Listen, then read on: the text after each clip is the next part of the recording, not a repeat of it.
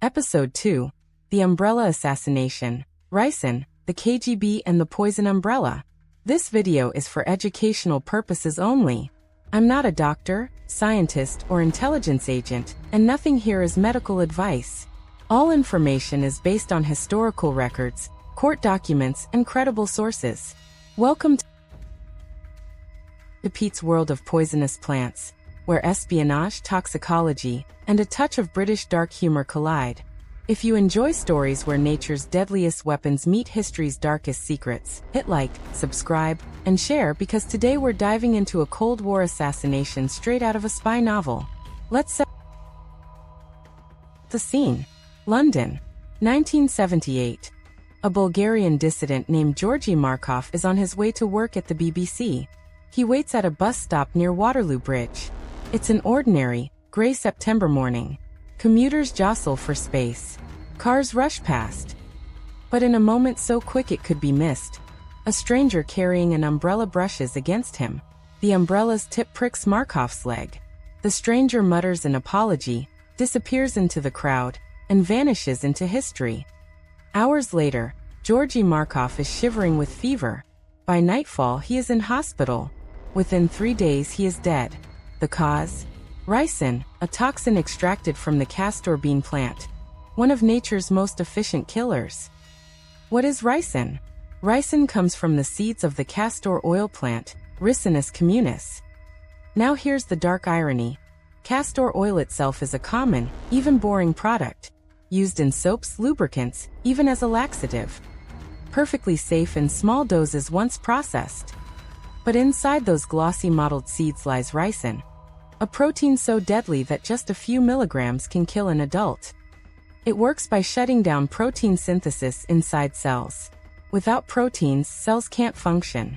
One by one, your organs fail. Symptoms include nausea, fever, internal bleeding, and multi-organ failure.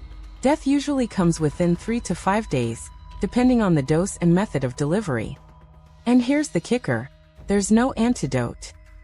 The perfect spy weapon. During the Cold War, the KGB and its allies looked for poisons that were invisible, hard to detect in autopsies. Reliable, worked in small doses. Exotic, not linked to common drugs or chemicals. Ricin checked every box. It was plant-based, so it could be dismissed as natural causes in the 1970s. It killed slowly, giving the assassin time to escape.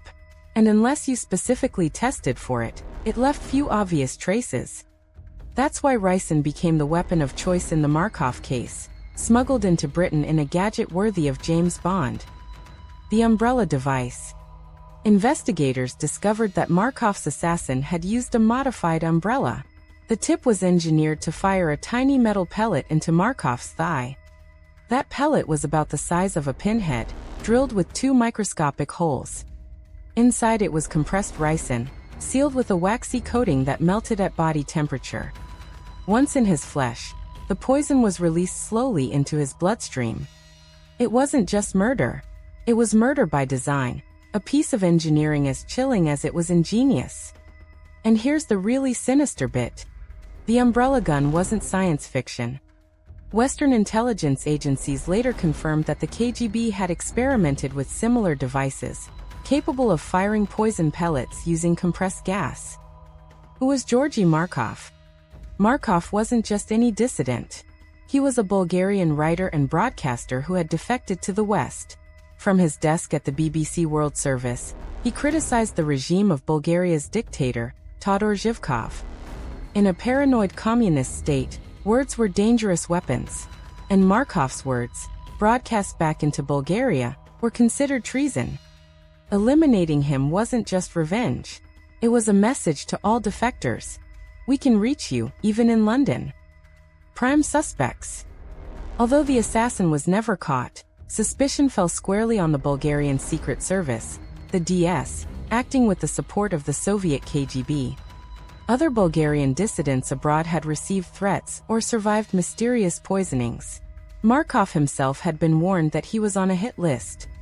Defectors from the Eastern Bloc later testified that the DS had indeed requested KGB help to neutralize Markov, and that Moscow provided the technical expertise, including the umbrella. The science of detection. At first, doctors treating Markov were baffled. His symptoms looked like sepsis or a viral infection. Only after a meticulous autopsy did forensic pathologists discover the tiny pellet in his leg. When analyzed, the design screamed spike raft. 2 tiny holes, carefully drilled. A payload that suggested something far deadlier than infection. Although the ricin itself had already degraded, its presence was strongly suspected. The verdict: assassination by ricin injection. Dark legacy. The Markov assassination sent shockwaves across the world. Here was proof that the Cold War wasn't just about nuclear bombs or political speeches. It was about silent weapons hidden in plain sight. An umbrella became a murder weapon. A bus stop became a battlefield. And a plant, the humble castor bean, became a tool of international terror. Even today, the umbrella assassination remains shorthand for Cold War paranoia at its deadliest. Modern echoes. And it didn't end in the 1970s. Ricin has popped up in multiple cases since.